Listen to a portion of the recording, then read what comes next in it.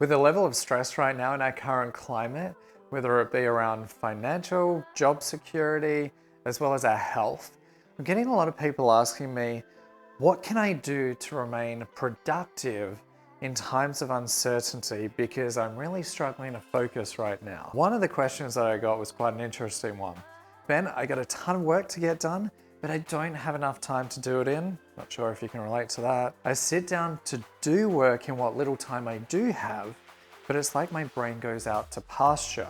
Should I try nootropics? Well, I'm gonna stop you right there because the problem isn't that you need more time. The problem is that your brain is in an unproductive state and the little time that you do have available. Nootropics can absolutely help, especially when enhancing mental cognition, memory, focus, and function, but there are a few things that you need to know before you take them.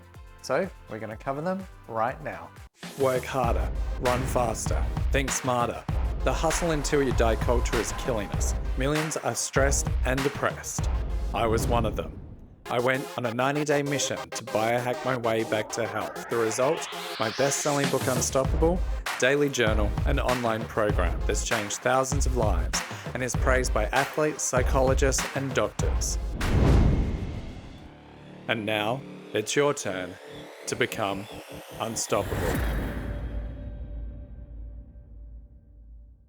This year has been a wake-up call that it's time to really dial in our focus and increase our productivity so we can better position ourselves for the future. And one thing we know for sure is that the future belongs to those that are quick to adapt, fast to pivot, and are masters of energetic and emotional control. Why? Because goals are useless if you don't have the energy required to run them through to the finish line. And a lack of emotional control is going to have you falling over the very first hurdle that you encounter. This is where nootropics can help to fill in some of those gaps, especially when it comes to energetic stability, which is key for when it comes to emotional control. You will have heard me mention nootropics multiple times before, especially if you've read my best-selling book Unstoppable, which FYI just won Best Self-Help Book of 2020 in the International Book Awards. And you will have seen me also talk about nootropics in the Unstoppable Journal, which is based on the book. Now, in this video, we're actually going to tackle them from a completely different angle, and this is especially useful for those of you that have never tried nootropics before, and also useful for those of you that want to fine-tune what you're currently taking to ensure that they're more effective. But quickly, for the newbies, nootropics are smart drugs or supplements, and they can be derived from natural or synthetic substances. And they can be taken to improve your mental performance, especially in healthy people. Their popularity is completely on the rise, and there's a ton of new supplement companies looking to cash in on this. But there are 4 things that you've got to know first. Number 1, nootropics and medications.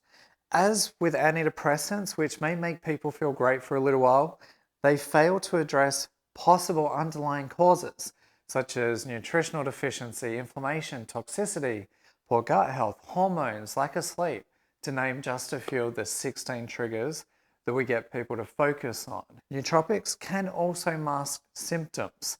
This doesn't, however, mean that the underlying cause of whatever ails you has been addressed. If you're unfocused, nootropics can give you that extra edge, but they're absolutely not.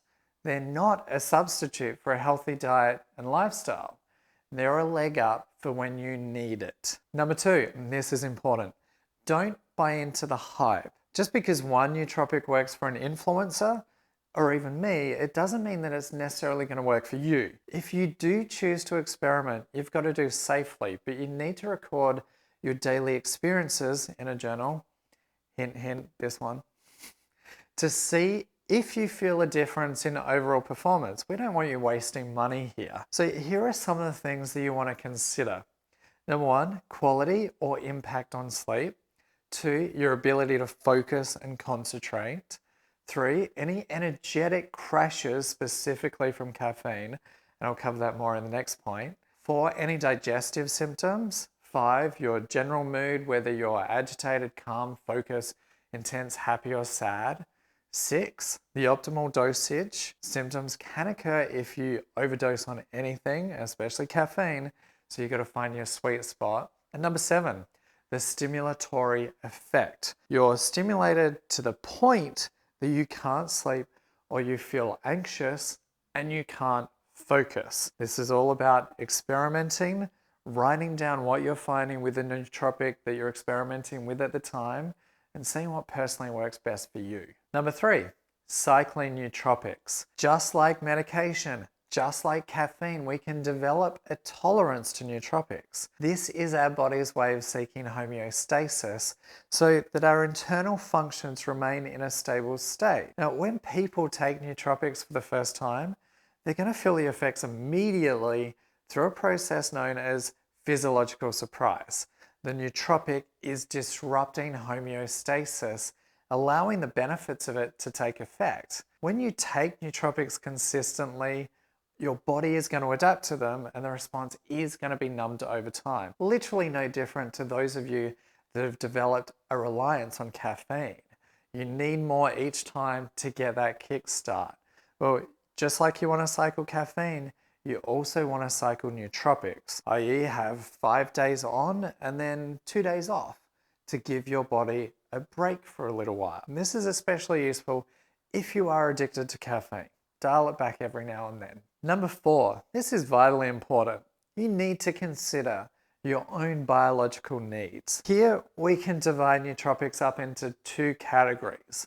Ones that stimulate you and increase your energy, and the others that support overall well-being. For example, if you're already a peak performer, the last thing that you want to do is overstimulate your nervous system.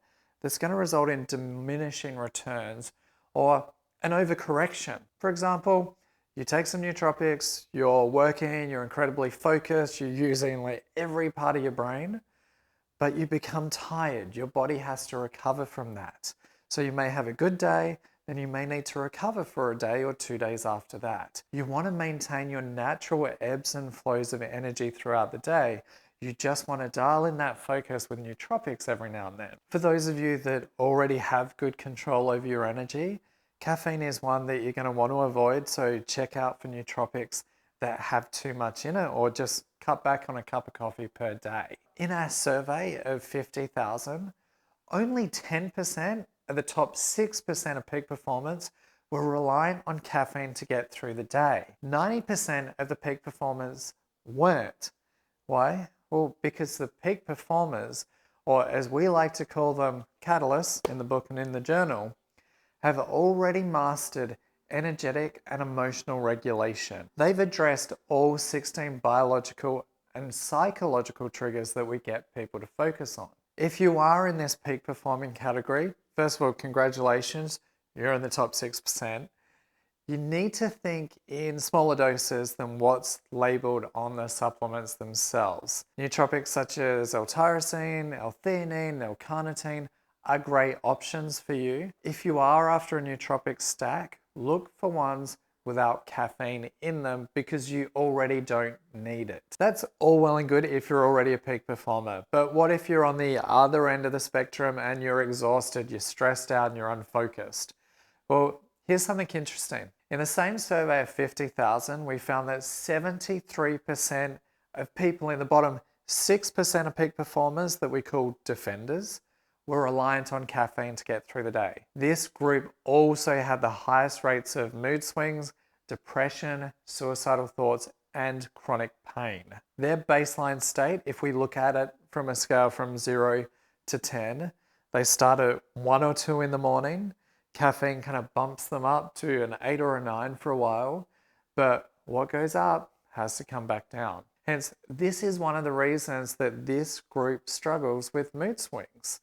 They feel fine when they're juiced up on caffeine, but then the mood goes south when the caffeine runs out. Caffeine in this instance is a form of mood medication, but ultimately it's masking underlying symptoms that need addressing. Secondly, their body is already in a state of distress.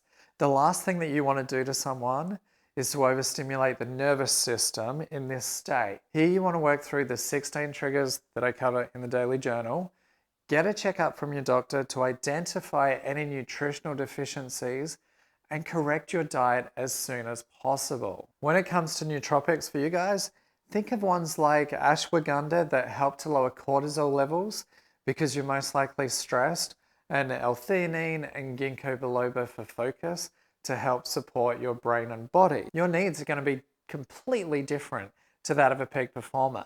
And what's right for someone else when it comes to nootropics may not be right for you. They're a phenomenal tool to have in your arsenal, especially if you're stressed out and you do need that extra little oomph, that extra little kick to get things done on time. Now, if you want my list of my top 7 nootropics that I recommend and some free sample pages from the Unstoppable Daily Journal that include check boxes to help you get on top of the 17 triggers that are kneecapping your productivity and your psychology, make sure you order a copy of the Unstoppable Journal today or get some free daily sample pages by taking the free quiz below. Now that we've covered the 4 things that you must know, in the next video, I'm going to step you through what my top nootropic picks of 2020 are and rate them on a scorecard. Make sure you stay tuned for next week. Have an awesome week in the meantime, and I'll see you then. Take care.